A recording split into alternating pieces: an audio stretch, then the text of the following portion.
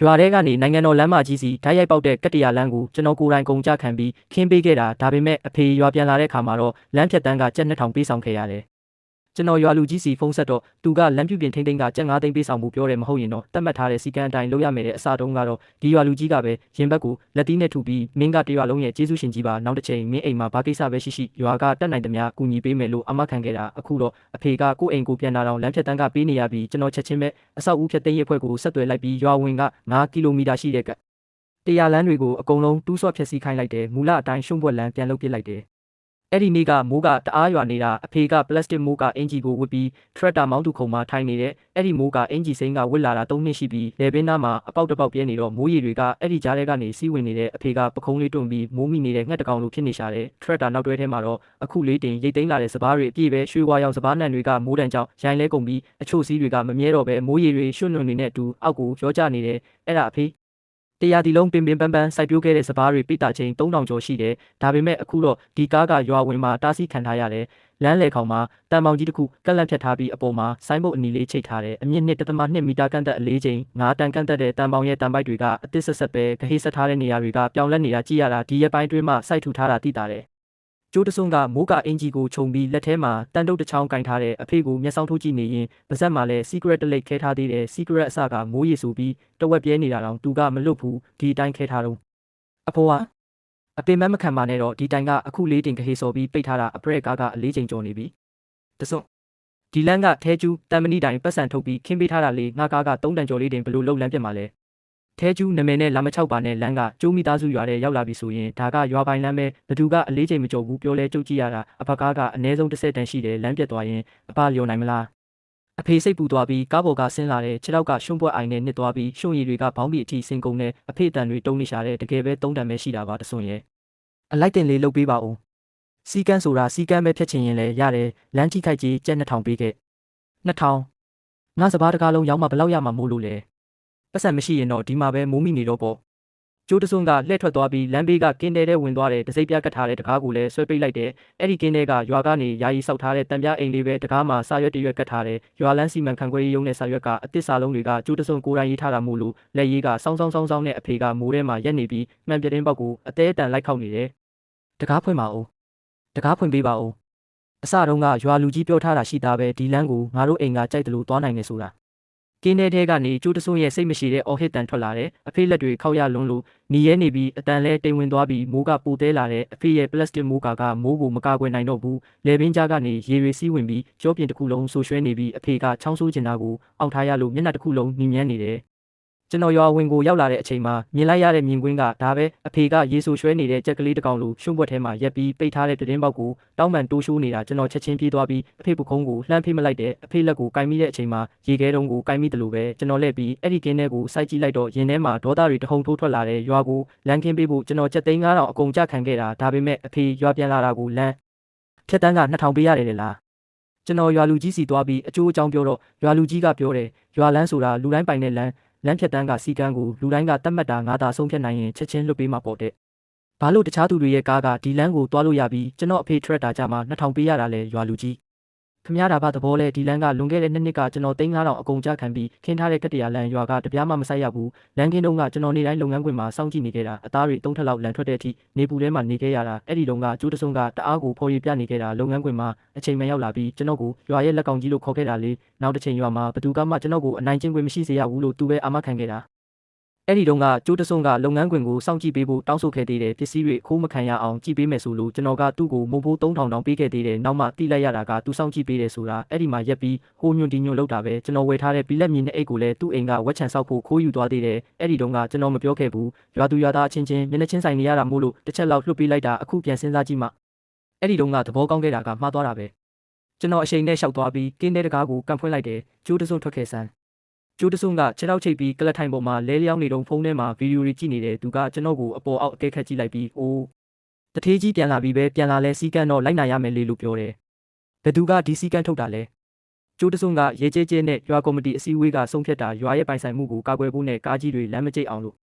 ကျွန်တော်အဖေကားကလေယာ3ထရက်တာလေးကားကြီးအဆင့်မမီပါဘူးငါကဟုတ်တယ်ဆိုရင်ဟုတ်တာပဲဝန်ထဲကျူးမင်းမှာပတ်စံရှိတာမှန်ပေမဲ့ဒီရွာကကျူးမျိုးရိုးတွေပိုင်တာဝန်မျိုးရိုးမဟုတ်ဘူး2000ဆိုတာမင်းအတွက်ထမင်းတနက်စာပဲရှိတာပေးလိုက်ရင်ငါတိုင်းမပေးလိုက်မယ် ကျွန်တော်သူ့ကိုပြန်မပြောတော့ပဲဖုံးထုတ်ပြီးရွာလူကြီးကျိုးဖူချိုင်စီဆက်လိုက်တယ်လမ်းခင်းတုံးကကျိုးဖူချိုင်ကကျွန်တော်လက်ကိုဆွဲပြီးမျက်ရည်တွေနဲ့ဒူးတောင်ဝတ်တော့မတက်ပဲသူကကျွန်တော်ကိုရွာရဲ့သမိုင်းမှာအတော်ဆုံးလူငယ်လို့ပြောခဲ့တာကြောက်စာတိုင်တောင်စိုက်ပေးမယ်ဆိုပြီးရွာရဲ့ကိစ္စတွေကိုကျွန်တော်ဆုံးဖြတ်နိုင်တယ်လို့ပြောခဲ့တာဖုံးဝင်သွားတော့ဟဲလူဘသူလဲအော်တုံးထက်တာဖဲကစားနီးဦးလေးကျိုးကျွန်တော်ထဲကျူပါအိုးတူလေးပဲဗာလဲအဖေစီပြန်လာတာလားဒန်းငွေ2000ဆောင်ခိုင်းနေတယ်အဲ့ဒါဦးလေးတီလားတစ်ဖက်မှာခဏလောက်ငြိမ်သွားပြီးမှကျိုးဖူချိုင်ကလေချောင်းဟန့်လိုက်တယ်အေးတူလေးအဲ့ဒါဦးလေးတီပါတယ်တစွန်လဲစီကံအတိုင်းလောက်တာလေစီကံအတိုင်းဟုတ်လားဒီလန်းကိုကျွန်တော်ခင်းပေးခဲ့တာအခုကိုအိမ်ကစပားကိုတဲတာတောင်ပတ်စံပေးရမယ်ပေါ့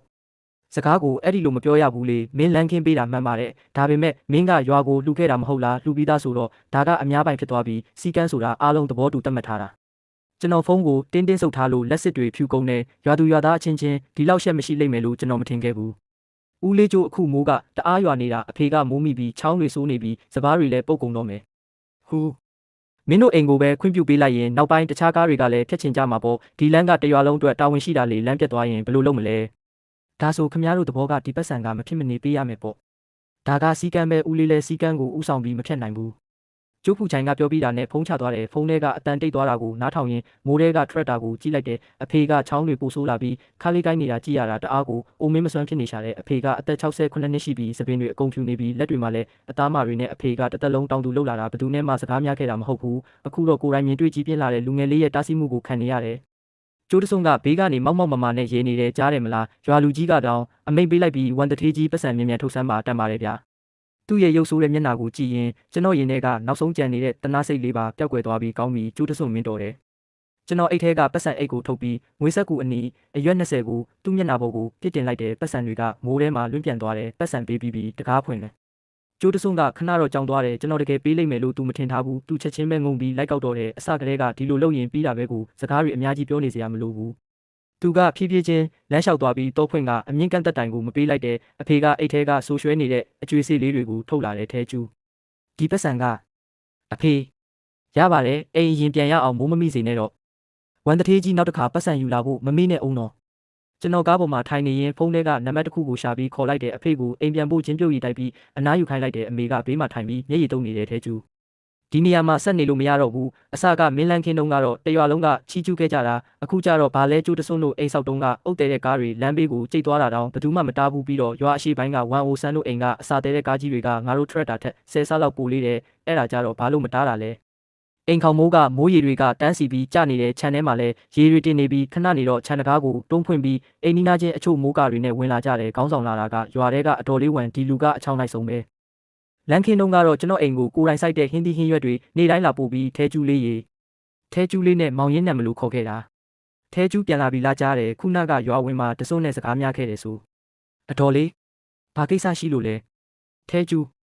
မင်းကအခုတထေးကြီးဖြစ်နေပြီပဲဘာလို့ဒီလောက်ဈေးနဲ့နေရတာလဲဒီလမ်းကမင်းခင်းပေးတာမှန်ပေမဲ့အခုတော့အများပိုင်ဖြစ်နေပြီးမင်းဖေကားကတကယ်လေးလေလမ်းပြတ်သွားရင်လူတိုင်းဘယ်လိုသွားမလဲဟုတ်တယ်2000ဆိုတာတထေးကြီးအတွက်ထမင်းတနက်စာပဲဟာကိုတစုံကိုတားနေစရာမလိုပါဘူးအတော်လေးပြီးခဲ့တဲ့နှစ်ကအတော်လေးအိမ်ကိုဘီလက်မြေတဲတဲ့ကားကအနည်းဆုံး30တန်ရှိမှနော်အဲ့ဒါကြတော့ကျိုးတဆုံကမတားတာဘာလို့လဲအဲ့ဒါကမတူဘူးလေငါအိမ်ကအိမ်ဆောက်ဖို့တဲတာအရေးကြီးတဲ့ကိစ္စနောက်ပြီးတော့တဆုံကငါတူပဲလေသူကငါ့ကိုတားပါမလားဒါဆိုဒီလန်းကအခုကျိုးမိသားစုရဲ့ကိုပိုင်နေမြေဖြစ်သွားပြီပေါ့ဟဲ့စကားကိုဘယ်လိုပြောလိုက်တာလဲလူဆိုတာအရင်မြစ်ကိုမမေ့ရဘူးမင်းကအပြင်မှာချမ်းသာလာပေမဲ့အမြစ်ကတော့ဒီရွာမှာပဲရှိတာလန်တလန်ခင်းပေးထားရုံနဲ့ရွာမှာအေဂရမင်းလုပ်လို့ရမယ်မထင်တဲ့လူတိုင်းကမျက်စိရှင်ရှင်နဲ့ကြည့်နေကြတာစကားပြောနေတော့ကျိုးဖူချိုင်လဲလက်နောက်ပြန်အလုတ်ကျွေးနဲ့ဝင်လာတယ်သူကအဝတ်စားတန်တန်ပြန်လဲလာပြီးစပင်ကိုလဲစီးပြန်နေအောင်ဖိထားတဲ့မျက်နှာမှာလဲဟန်ဆောင်ပန်ဆောင်တနာကျင်လာတဲ့ပုံစံမျိုးဖန်ထားတယ်ကွင်းစင်းစစ်ဆေးတဲ့လူကြီးတစ်ယောက်လိုပဲအားလုံးရှိနေကြတာပဲကောင်းတယ်ငါလဲတူလေးနဲ့စကားပြောချင်နေတာသူကကျွန်တော်ရှိကိုရှောက်လာပြီးတပြင်းတစ်ချက်ကိုအရှိကြီးချလိုက်တယ်လူတွေပြောတာကနည်းနည်းပြင်းထန်ကောင်းပြင်းထန်လိမ့်မယ်ဒါပေမဲ့ဒါကလည်းရွာအတွက်ကောင်းစီခြင်းလို့ပါမင်းလန်းခင်းပေးတာကိုငါတို့ကျေးဇူးတင်ပါတယ်ဒါပေမဲ့လန်းခင်းပေးထားလို့လူတိုင်းကမင်းစကားနားထောင်ရမယ်လို့မထင်နဲ့ဦးလေးကျိုးကျွန်တော်သိချင်တာကအဲ့ဒီအမြင့်ကန့်သက်တိုင်ကရတဲ့ဒဏ်ငွေတွေကဘသူအိတ်ထဲရောက်သွားတာလဲဒါကရွာရဲ့ဘုံရံမုံငွေလေးနောက်တစ်ချိန်လမ်းပြင်ဖို့သုံးမှာပေါ့ပါလဲငါကခိုးစားမယ်လို့ထင်နေတာလားကျွန်တော်ထင်တာကတော့ဒီလမ်းကိုခင်းတုံးကစာချုပ်မှာရှင်းရှင်းလင်းလင်းရေးထားတယ်လေမင်းကလည်းစာချုပ်နဲ့ရွာရဲ့စီကံကိုလာမဖိနှိမ့်တဲ့စာချုပ်ဆိုတာလွန်ခဲ့တဲ့2နှစ်ကကိစ္စအခုကကြေးလက်လန်းဖြစ်သွားပြီးရွာကော်မတီကပဲစီမံခန့်ခွဲရမယ် ပြီးတော့သူကရင်ဘတ်ထဲကနေစာရွက်တရွက်ထုတ်ပြီးစပွဲပေါ်ကိုပုတ်ချလိုက်တဲ့အဲ့ဒီစာရွက်ကကြေမွနေပြီးအနားတွေလည်းလိမ့်နေပြီးအပေါ်မှာစာတွေအပြည့်ရေးထားပြီးအောက်ဆုံးမှာတော့ရဲနေတဲ့လက်ပွေရာဒါဇင်ပေါင်းများစွာရှိနေတယ်ဒါကရွာကော်မတီကအခုလေးတင်ချုပ်ထားတဲ့ရွာစည်းကမ်းပဲရွာသား၃ပုံ၂ပုံကလက်ပွေနှိပ်ထားကြတယ်လမ်းကိုကာကွယ်ဖို့အတွက်ကားကြီးတွေရွာထဲဝင်ရင်အာမခံကြေးပေးဆောင်ရမယ်လို့ရေးထားတယ်ကျွန်တော်အဲ့ဒီစာရွက်ကိုတစ်ချက်ကြည့်လိုက်တော့စာလုံးတွေကစောင်းနေပြီးတပ်ပုံမှားတွေလည်းအများကြီးပဲဟုတ်တယ်လေပတ်စံရှိတိုင်းဘာမဆိုလုပ်လို့ရမယ်ထင်နေတာလားစီကံမလိုက်နာလို့ဘယ်ရမလဲအတော်လေးဝံကဘေးကနေထေလုံးတွေနဲ့ဝင်ပြောနေပြန်တယ်တကယ်လို့ရွာအတွက်ကောင်းစေချင်နေဆိုရင်နောက်ထပ်3-5တန်းထပ်လူလိုက်ဦးလန်းကိုပို့ထူအောင်လုပ်ဖို့ပေါ့ကျွန်တော်မတ်တက်ရက်လိုက်ပြီးအဲ့ဒီရွာစီကံစာရွက်ကိုလုံးချေကအမိုက်ပုံးနဲ့ပစ်ထည့်လိုက်တယ်မင်းပါသဘောလဲကောင်းပြီခမရတို့ကဒီလန်းကိုဒီလောက်တောင်မျက်နှိုးနေကြမှာတော့ကျွန်တော်ဖြည့်ဆည်းပေးရတာပေါ့ကျွန်တော်ဖုန်းထုတ်ပြီးသူတို့ရှိမှတဲ့နံပါတ်တစ်ခုကိုခေါ်လိုက်တယ်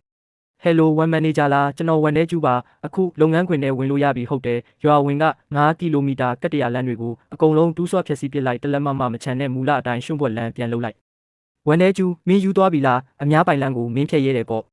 ခင်ဗျားတို့မှတ်ညံတိတ်မကောင်းမှုထင်တယ်အစတုန်းကစာချုပ်ခဲ့စင်မှာနောက်ဆက်တွဲစီကံချက်တစ်ခုပါဝင်နေလေတကယ်လို့ရွာဘက်ကနေအလူရှင်ရဲ့အသုံးပြုခွင့်ကိုတစ်ဖက်သက်ကန့်တက်လာမယ်ဆိုရင်အလူရှင်မှာဒီပိုင်ဆိုင်မှုကိုပြန်လည်ရယူပိုင်ခွင့်ဒါမှမဟုတ်စီမံခန့်ခွဲပိုင်ခွင့်ရှိတယ်ဆိုတာဒီလန်းခင်းမှုတုံးခဲ့တဲ့ပတ်စံတပြားချင်းစီတိုင်းကကျွန်တော်ရဲ့သွေးနဲ့ချွေးနဲ့ရထားတဲ့ပတ်စံတွေခင်ဗျားတို့ကဒီလန်းကတအားတမိုးကြီးလွန်းလို့ကျွန်တော်အဖေထရက်တာနဲ့မတန်ဘူးလို့ယူဆနေမှတော့ကျွန်တော်တို့လည်းမတုံးကြတော့နဲ့ပေါ့ဝန်ထဲကျူဒါကဥပဒေချိုးဖောက်တာပဲငါရဲတိုင်ပြီးမင်းကိုအဖမ်းခိုင်းမယ်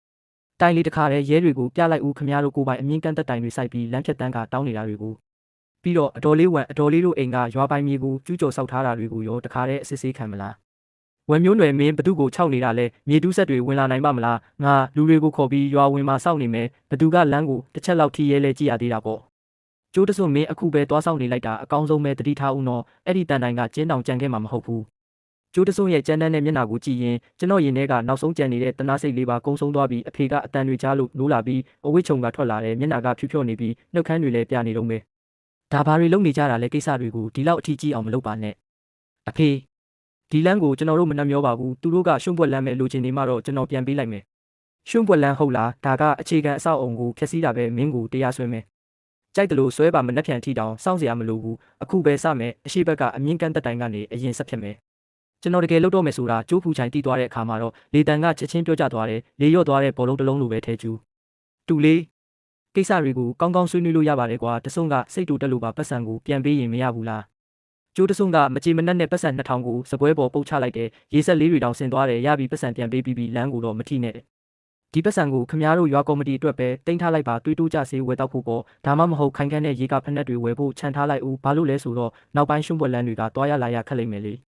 ကျွန်တော်ပတ်စံကိုတစ်ချက်တောင်မကြည့်ပဲအဖေကိုဆွဲပြီးအိမ်ထဲဝင်ကတကားကိုအတွင်းကနေပိတ်လိုက်တယ်အပြင်ကနေကျိုးဖူချိုင်ရဲ့အော်ဟစ်ဆဲဆိုတန်တွေနဲ့အတော်လေးဝင်ရဲ့ဆူရှားတဲ့အတန်တွေထွက်လာတယ်ကျေးဇူးကန်းတဲ့ကောင်လူပါဝါတဲ့ကောင်သူကလမ်းကိုဖျက်တော့မယ်တဲ့ထွက်ခဲ့ဆန်းအားလုံးထွက်ကြည့်ကြပါဦးတထေးကရွာသားတွေကိုအကြက်ကင်နေပြီ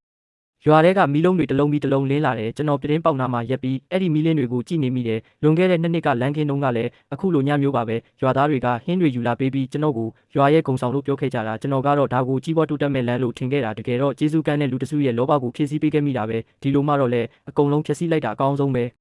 ရွာဝင်ကနေအုံးကနေအတန်ကြီးတန်ထွက်လာတယ်အဲ့ဒါမြေတူးဆက်ကအမြင့်ကန့်တက်တိုင်ကိုဖြိုချလိုက်တဲ့အတန်ပဲတန်ပိုက်ကြီးကကွေးသွားပြီးတတုပြတ်တောက်တန်ဆူဆူဝါဝါထွက်လာကရွှွန့်လွန်တွေကြားကိုပြိုလဲသွားတော့တယ်အဲ့ဒီညကလူအများပြားအိတ်မပြောခဲ့ကြဘူးမနက်ခင်းမှာကျိုးဖူချိုင်ကရွာသားဒါဇင်ပေါင်းများစွာကိုခေါ်ပြီးပေါက်ပြားတွေကော်ပြားတွေနဲ့ရွာဝင်မှာလမ်းပိတ်ဆို့ထားကြတယ်မိုးကတိတ်သွားပြီဆိုပေမဲ့မိုးတိမ်တွေကမှိုင်းညွတ်နေတော့ပဲမြေတူးဆက်3စီးကတန်းစီရက်နေပြီးစက်ကိုထဲတွေမှာရွှွန့်လွန်တွေပေးချမ်းနေတယ်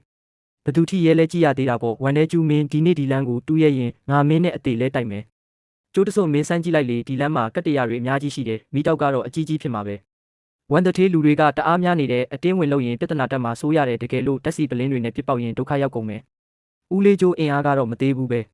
ထဲကျူးမင်းကရွာကိုဖျက်ဆီးတော့မှလာ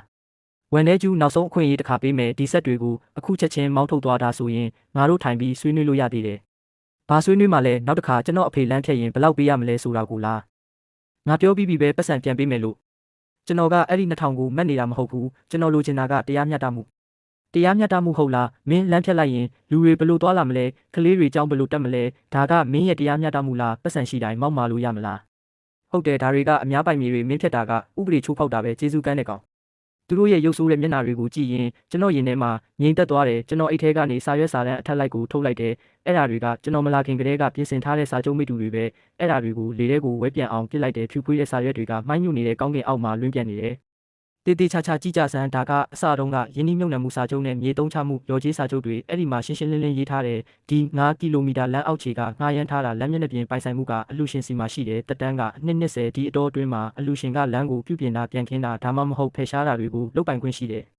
စာတက်တဲ့ရွာသားချို့ကစာရွက်တွေကိုကောက်ဖက်ကြည့်ရင်မျက်နှာတွေပြက်ကုန်တဲ့ကျိုးဖူခိုင်ကစာရွက်တစ်ရွက်ကိုဆွဲယူဖက်ကြည့်တော့သူ့လက်တွေတုံနေတာမြင်ရတယ်သူ့မျက်နှာမှာအရင်ဆုံးထိတ်လန့်သွားတယ်ပြီးတော့ကြောက်ရွံ့သွားပြီးနောက်ဆုံးမှာတော့ဖော်ပြလို့မရတဲ့စိတ်ပြက်အားငယ်မှုဖြစ်သွားတယ်အစတုန်းက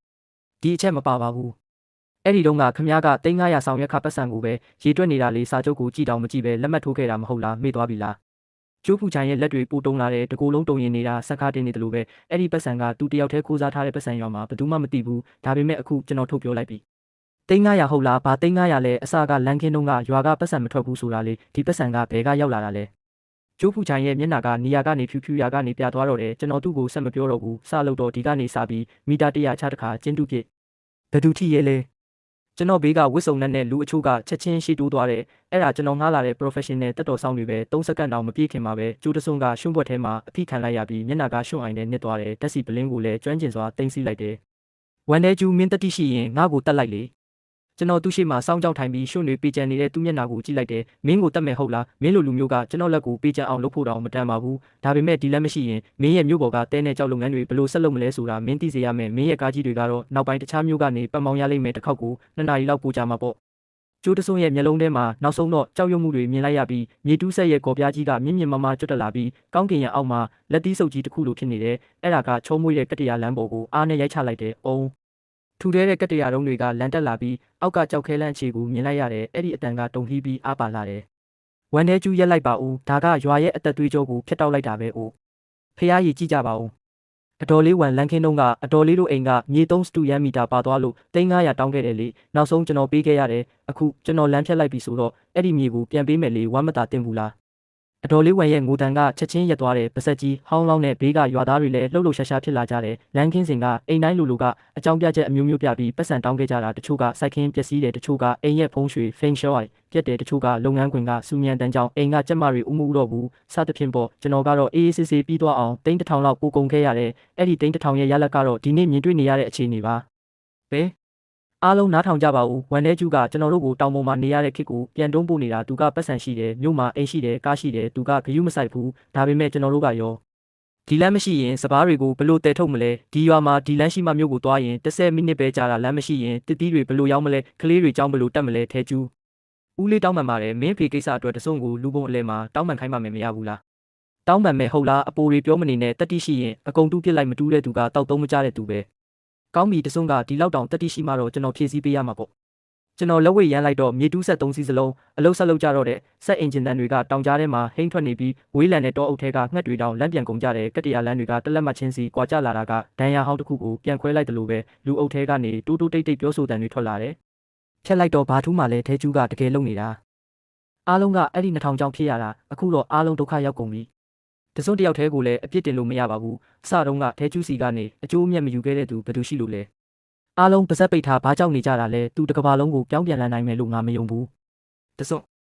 မင်းမသိသေးတာတခုရှိတယ်ဒီလမ်းကပုတ်ကလိကအလှပေးထားတဲ့လမ်းမျိုးအစိုးရရဲ့စီမံကိန်းထဲမှာမပါဘူးကျွန်တော်ဖြတ်လိုက်ရင်အစိုးရကလည်းပြန်ခင်းပေးဖို့တာဝန်မရှိဘူးအနည်းဆုံးနောက်ထပ်10နှစ်အတွင်းမှာဒီနေရာမှာကတ္တရာလမ်းဆိုတာရှိလာတော့မှာမဟုတ်ဘူးကျိုးတစွန်းကြောင်သွားတယ်ပါဇက်ကတခုခုပြောချင်ပေမဲ့စကလုံးတွေထွက်မလာဘူးကျိုးဖူချိုင်လဲမြေပြင်ပေါ်မှာခွေးကျသွားတယ်အယိုးမရှိတဲ့လူတယောက်လိုရှုံ့ဘွက်ထဲမှာထိုင်နေတော့တယ်ကျွန်တော်လိန်ပြောနေတာမဟုတ်ဘူးဆိုတာ तू သိတယ်ဒီလမ်းကိုအစတုန်းက तू ကိုယ်တိုင်ဟိုပြေးဒီပြေးလုပ်ပြီးလက်ဆောင်တွေပေးပတ်စံတွေကုန်ခံကကျွန်တော်စီမှာအလူခံခဲ့တာလေဒါကိုကိုထူကိုထကြေးလက်လန်းလို့ခေါ်တဲ့ပိုင်ဆိုင်မှုနဲ့အသုံးပြုခွင့်ကအလူရှင်ရဲ့လက်ထဲမှာပဲရှိတာအခုအလူရှင်ကမလူတော့ဘူးမြေတူးဆက်တွေကအလင်းမြန်ရှိတိုးနေတဲ့တဝက်လောက်ရှိတဲ့အချိန်မှာရွာဝင်1ကီလိုမီတာလောက်ကပျက်စီးသွားပြီးနေရာအနှံ့မှာကတ္တရာတုံးတွေနဲ့ကျင်းကြီးတွေဖြစ်ကုန်ပြီးအဲ့ဒီကတ္တရာတုံးကြီးတွေကလင်ပတ်လောက်ကြီးရရှိတယ်လို့လက်သီးဆုပ်လောက်ရှိတာတွေလည်းပါပြီးလမ်းပေါ်မှာဖျို့ဖျဲပုံနေတဲ့အဖေကဘယ်အချိန်ကထွက်လာမှမသိဘူးကျွန်တော်နောက်မှာရက်ပြီးပျက်စီးနေတဲ့လမ်းကိုကြည့်ကတက်ပြင်းအရှိကြီးတစ်ချက်ချလိုက်တယ်အဲ့ဒီတက်ပြင်းတန်ကတိုးပေမဲ့လေးနဲ့အတူကျွန်တော်နားထဲကိုတိုးဝင်လာတယ်တော်လောက်ပြီလား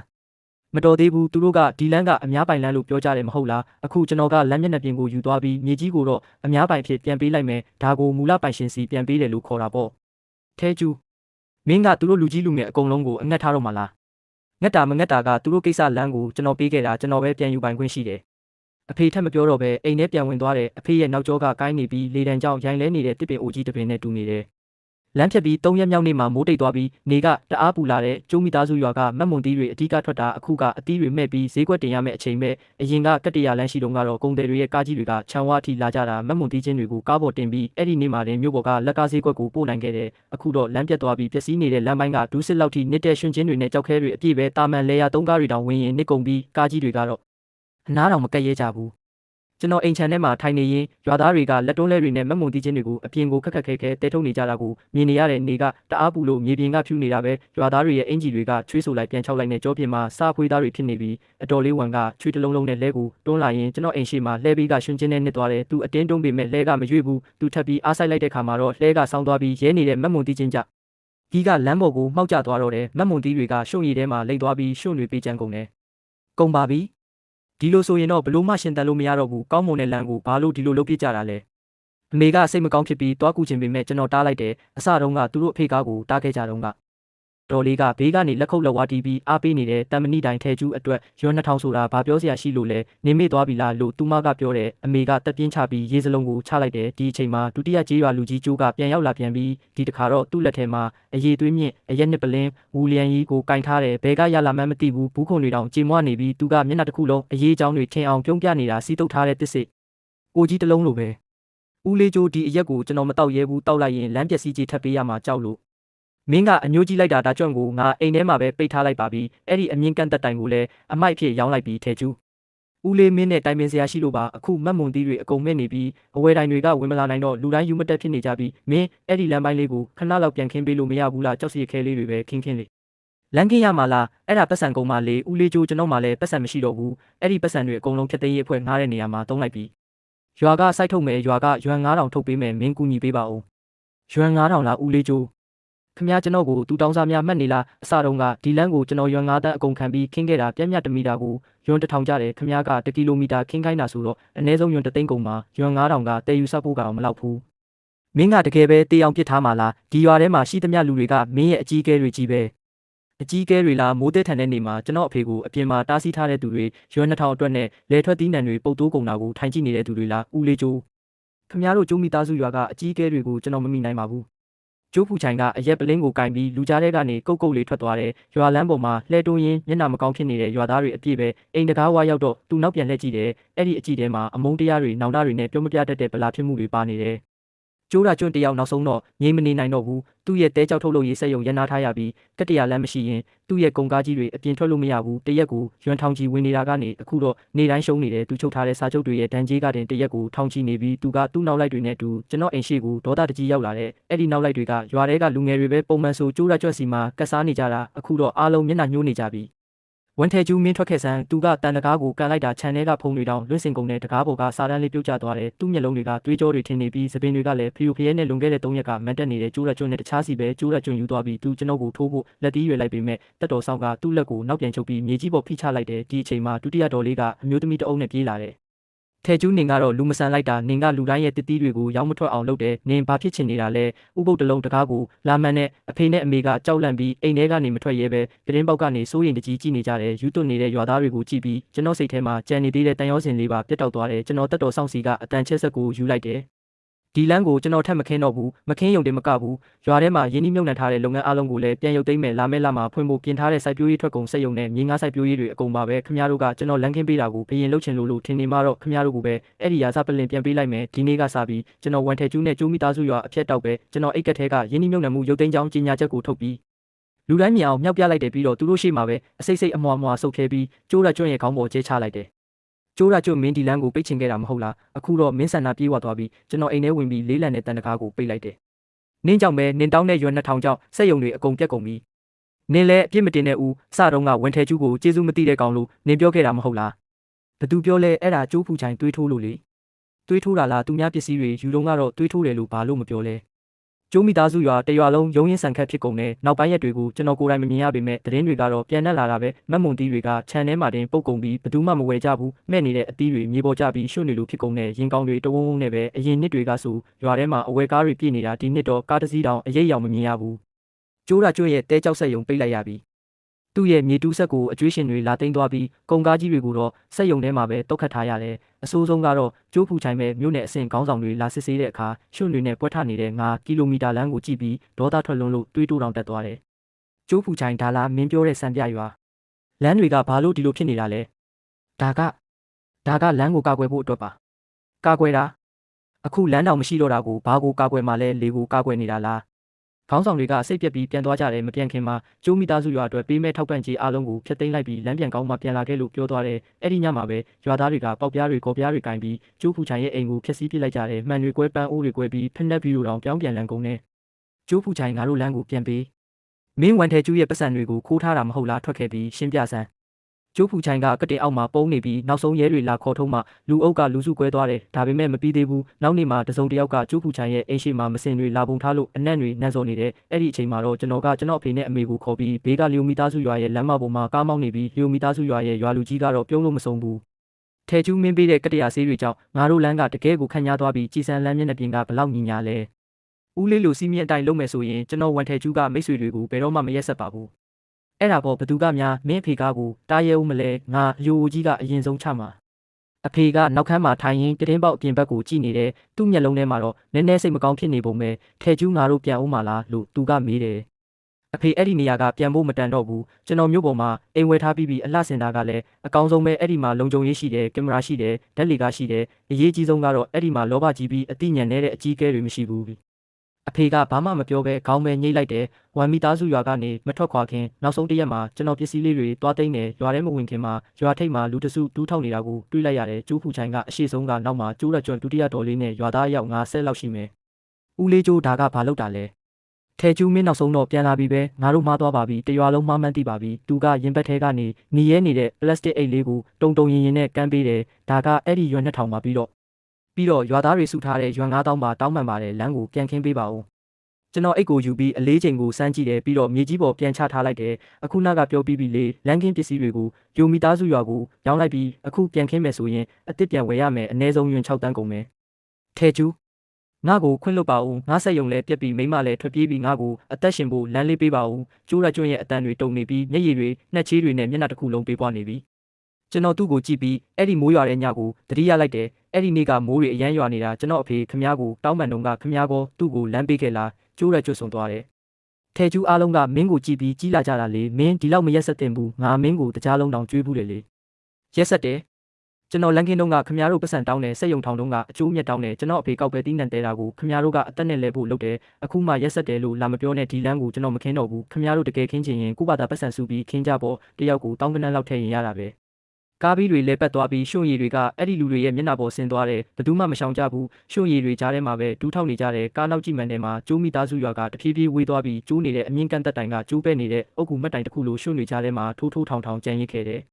တနှစ်အကြာမှာကျွန်တော်အဖေနဲ့အမေကိုခေါ်ပြီးဘိုးဘွားကန်တော်ကိုပြန်လာတယ်ရွာထိပ်မှာတင်ကားရက်လိုက်ရတယ်ဘာလို့လဲဆိုတော့ရှေ့ဆက်သွားလို့မရတော့လို့ပဲကျိုးမိသားစုရွာကအခုတော့လုံးဝပျက်စီးနေပြီးလူငယ်များစုကအပြင်ထွက်အလုပ်လုပ်ကြတယ်ကြံနေတာကလူအိုနဲ့ကလေးတွေပဲလမ်းတွေကအရင်ကထက်ပိုဆိုးသွားပြီးချိုင်းခွက်ကြီးတွေဖြစ်နေပြီလမ်းလျှောက်သွားရင်ဒုတိယတော်လေးထင်ပိုးပြီးခက်ခဲသွားနေတာကိုတွေ့တယ်။သူမရဲ့ခါက60ဒီဂရီလောက်ကိုကုန်းနေပြီးမျက်နှာမှာလည်းလောကတန်ရဲ့တန်ရာတွေနဲ့ကျွန်တော်ကိုမြင်တော့သူမတုံလို့သွားတယ်မျက်လုံးထဲမှာအံ့ဩတာရှက်တာမုန်းတာနဲ့နောင်တရတာတွေအကုန်ရောပြောနေတယ်။နောက်ဆုံးတော့သူမခေါင်းငုံပြီးဘာမှမပြောဘဲထွက်သွားတယ်။ကျိုးဖူချိုင်ကလည်းရွာလူကြီးမဟုတ်တော့ဘူး။သူကနေတိုင်းရွာထိပ်ကတစ်ပင်အိုကြီးအောက်မှာထိုင်ပြီးလမ်းပြက်ကြီးကိုငေးကြည့်နေတတ်တယ်။ကျွန်တော်ကိုမြင်တော့သူ့မျက်လုံးလေးခဏလင်းလက်သွားပြီးမဲ့ချက်ချင်းပြန်မိန်သွားပြီးခေါင်းကိုပဲတရန်လုံနေတော့တယ်ဘေးကလျိုမီသားစုရွာကတော့ကျွန်တော်ရဲ့ယင်းနှိမ့်မြုပ်နှံမှုတွေကြောင့်အခုဆိုမြို့နယ်ရဲ့စံပြရွာဖြစ်နေပြီးစက်ယုံတွေလည်းပတ်နေပြီးရွာသားတွေလည်းတိုက်အိမ်အစ်စ်တွေနဲ့ဖြစ်နေပြီးညဘက်ဆိုရင်ကျိုးမီသားစုရွာကလူတွေဟာဘေးရွာကစက်ယုံတန်တွေကိုကြားနေရမှာပဲအဲ့ဒီအတန်ကသူတို့ရဲ့နှလုံးသားကိုအနဲ့ထိုးနေတယ်လို့ဖြစ်နေလိမ့်မယ်ဘိုးဘွားကန်တော့ပြီးပြန်လာတော့အဖေကပျက်စီးနေတဲ့အိမ်တွေကိုကြည့်ပြီးတပြင်းချတယ်ထဲကျူးနောင်တရလာလို့သူကမေးတယ်ဘာကိုနောင်တရမှာလဲလမ်းကင်းပေးခဲ့တာကိုလားဒါမှမဟုတ်လမ်းကိုပြန်ဖြတ်လိုက်တာကိုလားအဖေကခဏတိတ်သွားပြီးကျွန်တော်လက်ကိုပုတ်ပေးတယ်သူ့လက်တွေကကြမ်းတမ်းနေပေမဲ့ခွန်အားရှိနေတော့ပဲနောင်တမရပါဘူးဒီလိုမှမဟုတ်ရင်လူတွေရဲ့စိတ်ဓာတ်ကိုငါတို့မြင်ရမှာမဟုတ်ဘူးရွှံ9တန်းနဲ့လူတရွာလုံးရဲ့စိတ်ဓာတ်ကိုတိလိုက်ရတာတန်ပါတယ် ကားကိုဆက်နှိုးပြီးလူမိသားစုရွာရဲ့ညီညာတဲ့ကတ္တရာလမ်းပေါ်မောင်းထွက်ခဲ့တဲ့နေရောင်ကလမ်းပေါ်မှာရွှေရောင်တွေဖြာကျနေတယ်ကျွန်တော်လီပါကိုနင်းပြီးမြို့ဘက်ကိုဥတီလိုက်တယ်နောက်ကြည့်မှန်ထဲမှာလူမိသားစုရွာကပြက်ကွယ်သွားပြီးအခုကစပြီးကျွန်တော်ရဲ့လမ်းဟာတန်ဖိုးရှိတဲ့သူတွေအတွက်ပဲဖြစ်လိမ့်မယ်တန်ဖိုးမရှိတဲ့သူတွေကတော့အဲ့ဒီရှင်လမ်းပေါ်မှာပဲကြံရစ်ခဲ့ပါစေတော့